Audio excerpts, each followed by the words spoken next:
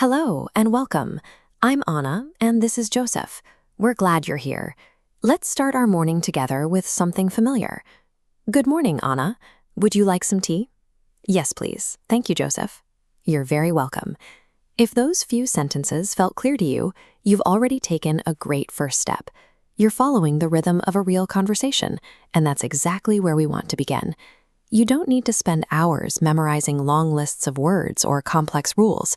The most effective way to grow is simply to listen for just a few minutes 3 times a day.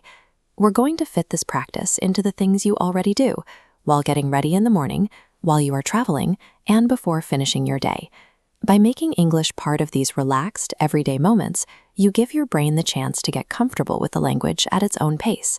Let's look at how this works, starting with your morning tea or breakfast. This is the perfect time to put on a short, simple English podcast or a news clip. Let's try it together. I'll say a sentence, and then I'll give you a moment to say it back to me. Ready? I drink tea in the morning.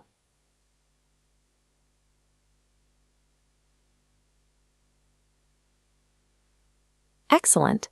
If you want to keep practicing with us like this, click the like button, subscribe, and hit the bell so you never miss a lesson.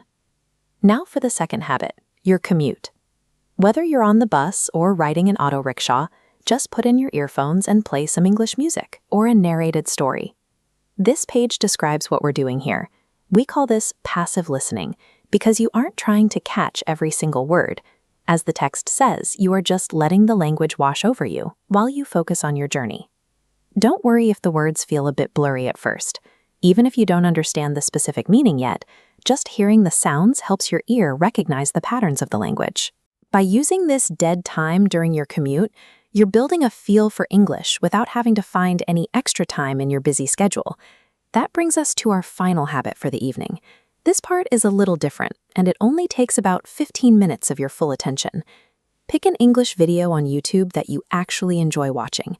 Turn on the English subtitles so you can see the words as the speaker says them. This is what the guide calls active listening. You're following along with the text, and as step 2 suggests, you write down just 3 new words you hear into a notebook. When you see a word you don't recognize, pause for a second, write it down, and look at the whole sentence to see how that word is being used in the story. This diagram shows the balance. During your commute, you're just letting the music play, but in the evening, you're really digging in and connecting the sounds to the words on the page. While the morning and travel habits help you get used to the sound of English, this short evening session is what helps you actually grow your vocabulary and understand what you're hearing. The most important thing to remember is that doing a little bit every single day is much better than trying to do a lot all at once.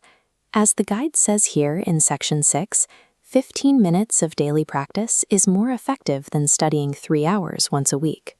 Also, this blue box tip.